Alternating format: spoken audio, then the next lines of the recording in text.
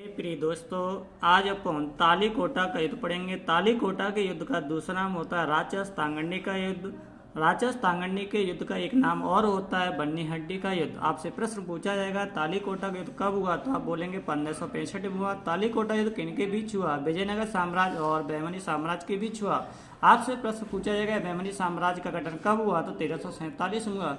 बहमनी साम्राज्य की राजधानी कहाँ है, तो बोलेंगे गुलबर्गा। आपसे प्रश्न एक और पूछा जाएगा विजयनगर साम्राज्य का गठन कब हुआ? 1336 ईस्वी में हुआ था। विजयनगर साम्राज्य की राजधानी क्या है, तो बोलेंगे हम्पी। हम्पी कहाँ पड़ता है, तो कर्नाटक में पड़ता है। कर्नाटक की राजधानी क्या है? बेंगलोर। बेंगलोर को भारत की सिलिकॉन वैली के नाम से भी जाना जाता है।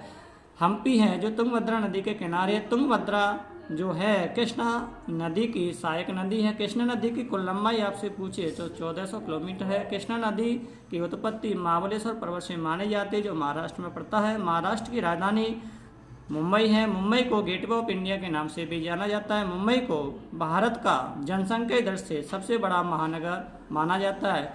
कृष्णा नदी को प्रायद्वीपीय भारत की दूसरी सबसे बड़ी महानदी के नाम से जानी जाती है।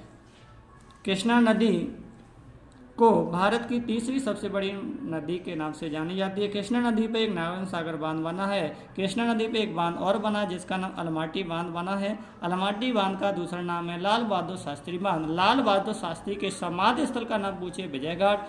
लाल बहादुर शास्त्री ने कौन सा नारा दिया? जय जवान जय किसान का नारा दिया था। आपसे प्रश्न पूछा जाएगा कृष्णा नदी की एक और सहायक नदी का नाम क्या है, तो बोलेंगे मूसी नदी। मूसी नदी के किनारे हैदराबाद शहर बसा है। हैदराबाद तेलंगाना राज्य की राजधानी है। तेलंगाना भारत का 28वां राज्य है। हैदराबाद को वर्ल्ड सिटी के नाम से भी जाना जाता है। हैदराबाद में 4 मीनार स्थित है। 4 मीनार का निर्माण कुली कुतुब शाह ने करवाया था। एक इसमें एक कारण है।